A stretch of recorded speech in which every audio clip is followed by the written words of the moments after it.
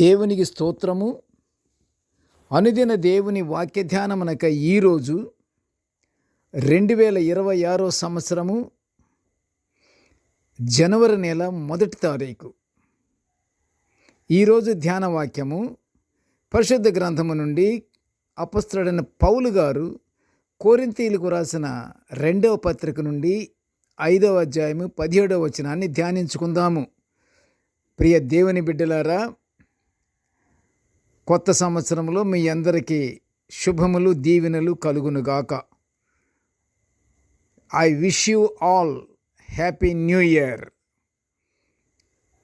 నేటి ధ్యాన వాక్యాన్ని మనము చదువుకుందాము. క్రీస్తునందున్నవాడు నూతన సృష్టి, పాతవి గతించెను, ఇదిగో కొత్తవాయను.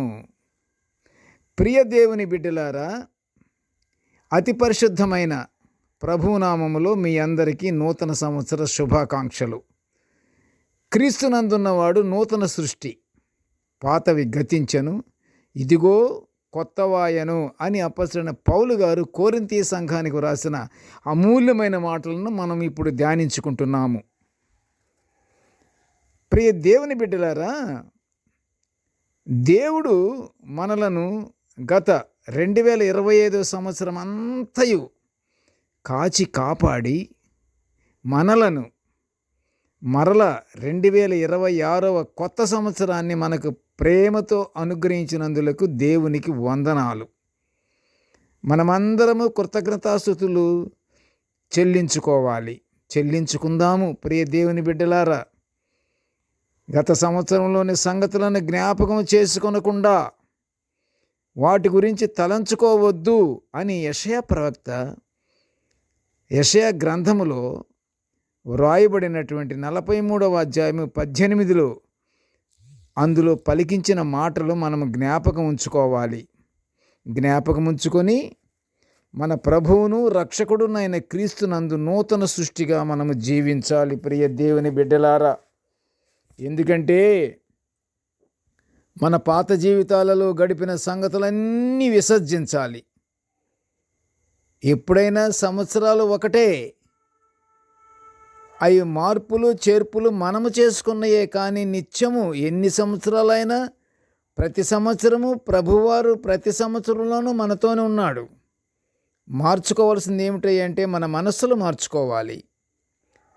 నూతన సంగతులతో ప్రభువునందు మనము గడుపుకుందాము. కొత్త సంగతులు పాతవి మనము మార్చుకోవాలి.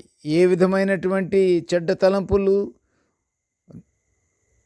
దుష్ట కార్యక్రమాలు, అహము, కోపము ఇవేమీ ఉంచుకోకుండా నూతన సంగతులతో మనం ప్రభువునందు మనము ఆనందించాలి. ఈ కొత్త సంవత్సరంలో మనము ప్రభు వైపే చూస్తూ ఉత్సాహం, గొప్ప ఆశతో నిరీక్షణ గల వారమై దేవుని యందు మంచి నమ్మకము కలిగిన వారముగా మనము జీవించాలి. ప్రియ దేవుని బిడ్డలారా, అంతేకాదు మనము దేవుడు అనుగ్రహించిన ఈ కొత్త సంవత్సరములో మనమందరము ఒకరికొకరము ప్రేమతోనూ సంతోషంగా శాంతముతోనూ సమాధానముతోనూ ఐక్యత కలిగి క్షేమంగా మనం జీవించుచు నిత్య ప్రార్థనలతో పరలోక ఆశీర్వాదాలు పొందుకుంటూ మనము దేవుని మహిమపరుచుకుందాము. ప్రార్థన చేసుకుందాము. కృపగల తండ్రి, పరిశుద్ధుడా, పరమ తండ్రి, నీకు స్తోత్రములు అయ్యా. నీ దివ్యమైన వాక్యాలను మేము నిత్యము ధ్యానించుకునే గొప్ప భాగ్యాన్ని మాకు అనుగ్రహించినందులకు నీకు ఘనమైన స్తోత్రములు నాయన. కృపగల ప్రభువా, నేటి ధ్యాన వాక్యమును వినుచున్న ప్రతి బిడ్డను ఆశీర్వదించయ్యా.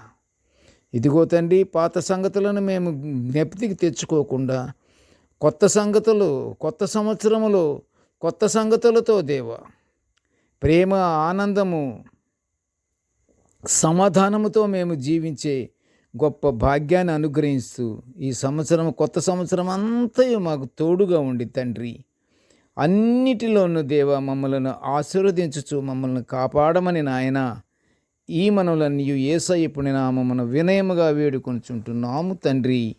ఆమేన్. దేవుడు మనలందరినీ బహుగా దీవించుగాక. Amen, amen, amen.